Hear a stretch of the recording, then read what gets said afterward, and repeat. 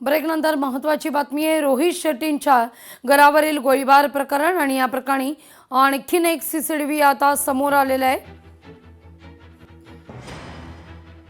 अधिक माहिती घेऊया आपल्या प्रतिनिधी भाग्यश्री यांच्याकडून। भाग्यश्री, आणखीन एक सीसीटीव्ही फुटेज जारी होताना दिसतंय, ज्यात आरोपीचा चेहरा स्पष्ट आहे।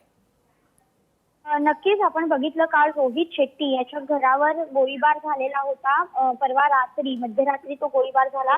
काल त्यानंतर फॉरेन्सिक टीम कामाला लागली, पोलीस देखील कामाला लागले। 5 जणांना जे आहे ते पुण्याहून अटक देखील करण्यात आलेली आहे। मात्र काल एक ऑडिओ क्लिप जी आहे ती समोर आलेली पाहायला मिळाली आणि आज त्याचा दुसरा सीसीटीव्ही जो आहे तो देखील समोर आलेला पाहायला मिळतो। यामध्ये स्पष्टपणे त्या जो आरोपी आहे त्याचा चेहरा जो आहे तो स्पष्टपणे दिसताना आपल्याला दृश्यातून दिसून येऊ शकतो।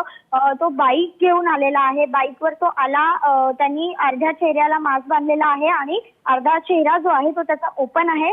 तिथनं तो बाईक घेऊन परत निघून जाताना देखील पाहायला मिळतोय त्या सीसीटीव्ही मध्ये। आणि हे जे सगळे पुरावे आहेत हे मुंबई पोलिसांसाठी अत्यंत महत्त्वाचे पुरावे मानले जातात। या व्यतिरिक्त आपण जर बघितलं तर काल जी ऑडिओ क्लिप मध्ये आली होती त्यामध्ये त्यांनी अख्ख्या बॉलिवूड ला एक प्रकारे धमकी दिल्याचं पाहायला मिळतंय। त्यामुळे ही जी केस आहे ही अत्यंत सिरियस गंभीर पद्धतीने पोलीस हँडल करतात अशी माहिती पोलिसांकडून देण्यात येते। आणि त्याचबरोबर हे जे काही काल आरोपी पकडले त्यांना आता 5 तारखेपर्यंत पोलीस कोठडी देण्यात आलेली आहे। त्यामुळे नेमकं आता त्यांच्या या पोलीस कोठडीतनं काय बाहेर निघतंय हे बघणं महत्त्वाचं आहे। लागू अगदी भाग्यश्री, धन्यवाद तुम्ही दिलेल्या सविस्तर माहिती करता।